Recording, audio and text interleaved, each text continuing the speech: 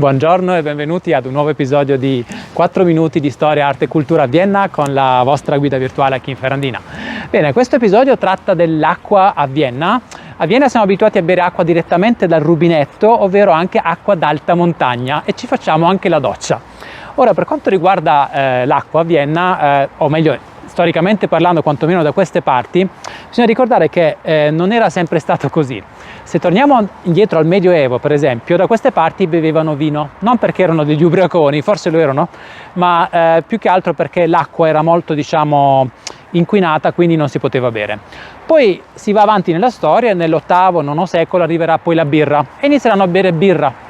Ma non la birra che beviamo oggi, una birra differente, una birra con meno alcol, una birra con meno anidride carbonica o forse proprio nessuna, una birra con un gusto un po' più dolce rispetto alla birra che beviamo oggi ed altrettanto una birra non filtrata. Quindi così funzionava a quel tempo. Poi col passare dei secoli la situazione è cambiata e oggi è per noi a Vienna normale bere acqua di alta montagna direttamente dal rubinetto. Però come si è sviluppato tutto ciò? Torniamo indietro nella storia come al solito. Il primo acquedotto che venne costruito a Vienna lo dobbiamo o lo dovevano ai romani, gli antichi romani, che costruiranno un acquedotto lungo 17 km che porterà circa 4.300 metri cubi d'acqua a Vienna ogni giorno. Voi vi domanderete, sì, ma 4.300 metri cubi, un po' come posso immaginarmelo?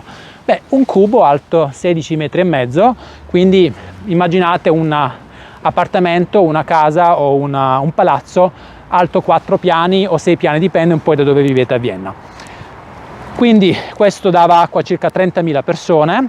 Poi andiamo avanti nella storia e solo nel XVI secolo verrà costruito l'acquedotto di Hernals, costruito prevalentemente per fornire acqua ai nobili, al clero, quindi chi era collegato alla chiesa, e per tutte quante le fontane tipiche del periodo appunto barocco e non solo.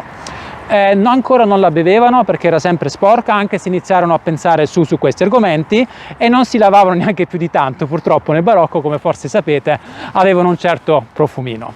Dovremo aspettare a Vienna fino al XIX secolo.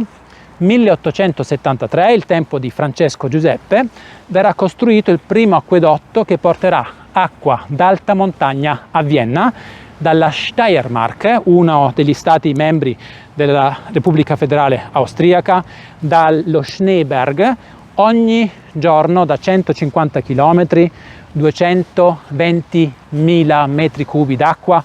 Quanto è questo? Un cubo alto 60 metri circa. Immaginate la ruota panoramica di Vienna un po' più bassa, quell'acqua ogni giorno. Poi ne arriverà un secondo acquedotto nel 1910, più o meno la stessa quantità sempre dalla Steiermark, quindi un altro cubo alto 60 metri. Dopodiché avremo una terza che porterà solo 64.000 metri cubi d'acqua ogni giorno a Vienna. Ora, perché vi racconto tutto questo qui? Perché qui abbiamo una delle 32 cisterne che garantiscono ai viennesi, io mi considero anche viennese oramai visto che vivo qui a Vienna da tanto tempo, di avere acqua pulita d'alta montagna. Ne abbiamo 32 in totale con un contenuto di circa 1,6 milioni di metri cubi.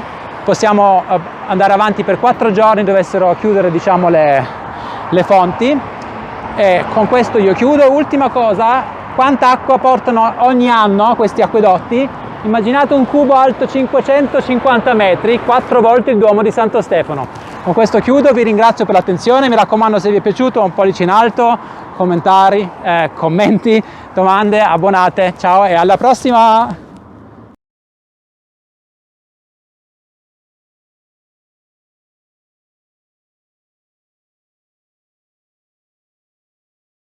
Cosa devo dirti? Stai aufnamando, voce del verbo aufnamare. Io aufnemo, tu aufnemi, egli aufnema, noi aufnemiamo, voi aufnemiate, essi aufnemano.